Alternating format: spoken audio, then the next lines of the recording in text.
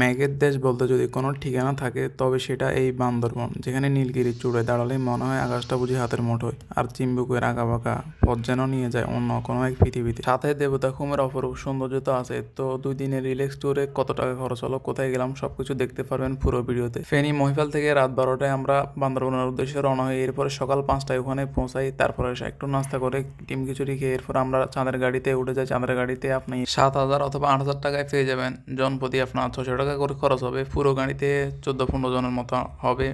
তো পুরো গাড়ি যাওয়া আসা পর্যন্ত এইটাই আপনার খরচ। বান্দরবানের আঁকাবাঁকা এই রাস্তাটা এত পরিমাণ সুন্দর ভাই, আপনি না আসলে বুঝতেই পারবেন না, মানে এটা বলে বোঝানো যাবে না। পুরো 50 কিলোমিটার নীলগিরি পর্যন্ত। তো আমরা প্রথমে শৈলপ্রপাত ঝর্ণাতে যাই। ওখানে শীতের কারণে পানি একেবারে আপনার ছিল না।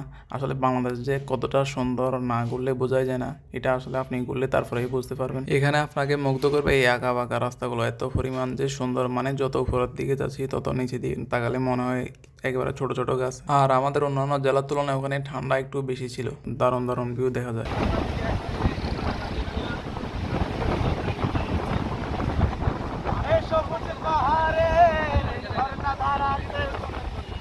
বাংলাদেশের ভালোবাসায় হৃদয় হারাতে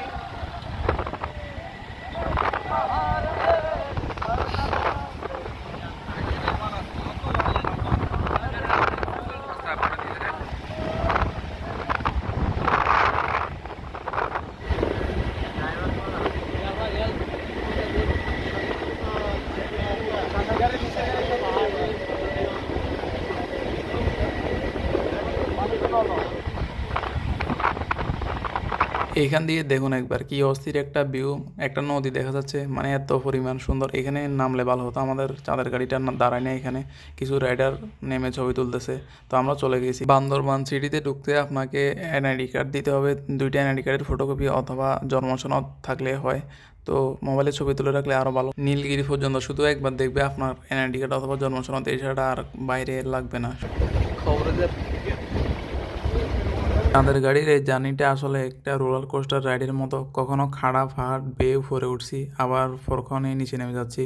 রাস্তার একটা পাক পার হচ্ছি, আর চোখের সামনে পাহাড়ের একটা নতুন রূপ খুলে যাচ্ছে। মনে হচ্ছে যেন পাহাড়ের বাজে বাজে লুকিয়ে আছে হাজারো রহস্য।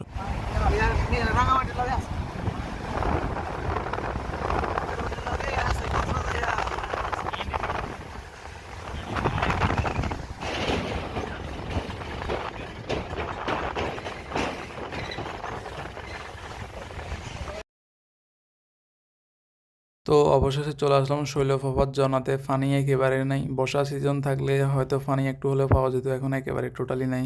তো পানি না থাকার কারণে মজা করা যায় নাই। নাম দিয়েছে ঝর্ণা, কিন্তু কোনো ঝর্ণার পানি নেই। তো কয়টা ছবি তুলে ঘোরাফেরা করে এরপর আবার চলে গেলাম। তবে ভিউটা আসলে অনেক সুন্দর ছিল।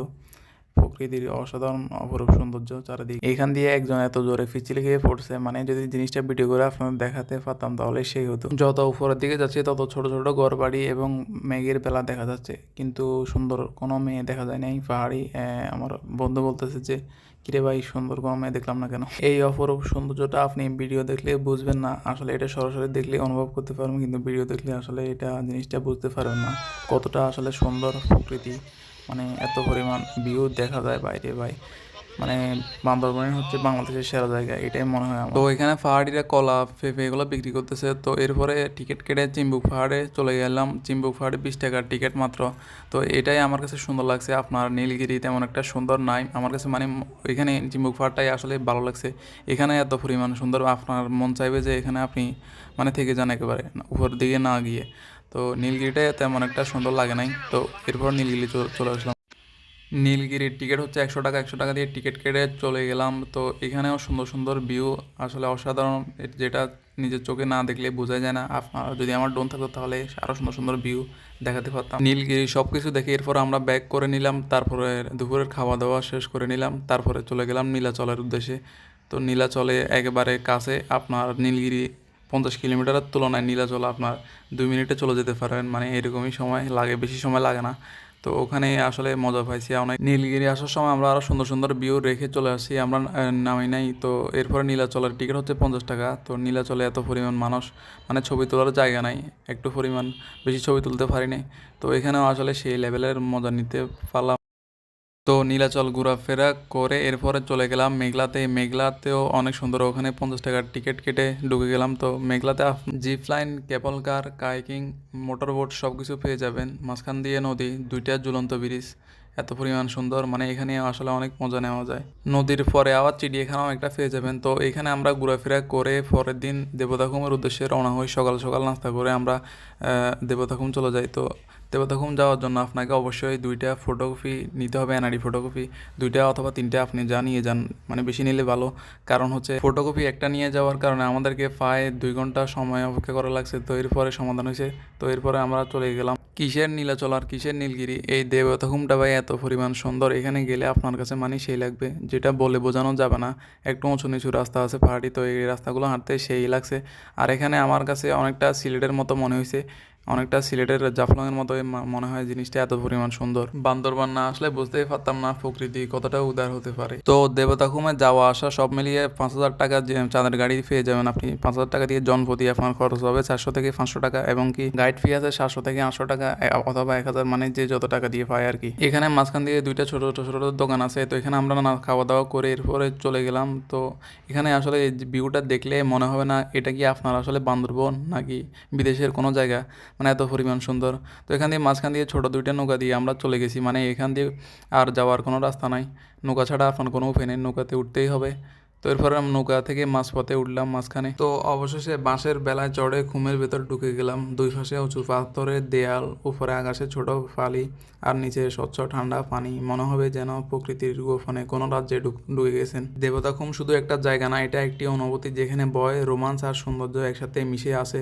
যারা প্রকৃতি আর অ্যাডভেঞ্চার ভালোবাসেন তাদের জন্য দেবতাখুম অবশ্যই একবার যাওয়ার মতো একটা স্বপ্নের জায়গা। পাহাড়ের নীরবতা ভেঙে আমরা এগিয়ে যাচ্ছি এক রহস্যময় গন্তব্যের দিকে। এই দীর্ঘ ট্রেকিংয়ের পর যখন ঘুমের ভেতরে ঢুকবেন তখন চারপাশে শুধু বিশাল পাথরের দেয়াল আর ঠান্ডা স্বচ্ছ পানি, মনে হবে প্রকৃতির গোপন কোনো জগতে হারিয়ে গেছেন। প্রতিটা মুহূর্ত অনেক রোমাঞ্চ আর অজানার টান।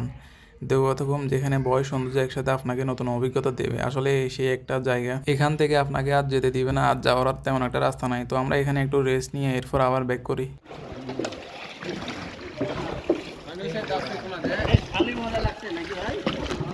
নিচে নামতে দেয় না, না ওখানে গিয়ে আবার ব্যাক করতে হবে,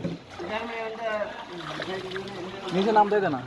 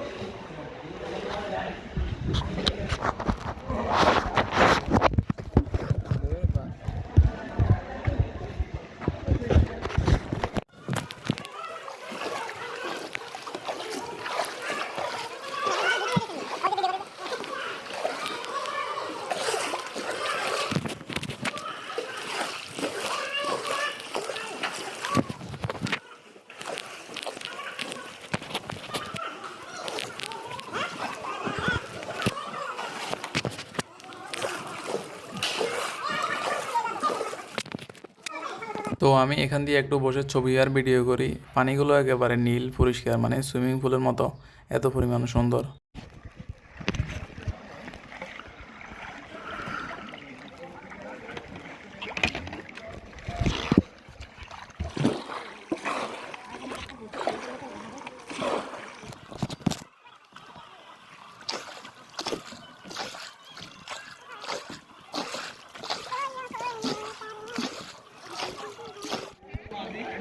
তো দেবতাখুমের এই সুন্দর জায়গা থেকে এবার আমাদের ফিরতে হচ্ছে। সারাদিনের ক্লান্তি মনে রয়ে যাবে অসাধারণ কিছু স্মৃতি। প্রকৃতির এত কাছাকাছি আসা সত্যি অন্যরকম একটা অনুভূতি। তো এখান দিয়ে পাশে যদি আপনার রাস্তা থাকতো তাহলে আর শুধু শুধু এই নৌকাগুলো নেওয়া লাগতো না। রাস্তা না থাকার কারণে সামান্য একটা জায়গাতেও মানে নৌকা নেওয়া লাগে। তো এটা নৌকা ছাড়া আপনি আজ মানে যাওয়ার কোনো রাস্তাই নেই, সামান্য একটু জায়গার জন্য এই নৌকাগুলো নিতে হবে। সবচেয়ে বেশি সুন্দর লাগছে এই পানিগুলো একেবারে মানে কি সুন্দর দেখেন। তো পুরো ট্যুরটা আপনার বান্দরবন, নীলাচল, দেবতাখুম মানে সবগুলো জায়গায় ঘুরতে হলে আপনার 5,000 টাকা কমপক্ষে বাজেট থাকতে হবে, তাহলে ঘুরতে পারবেন। আর গ্রুপ মেম্বার সাথে 10-12 জন হলেই হয়। তো এই ছিল আজকের ব্লগটা, কেমন লাগছে জানাবেন।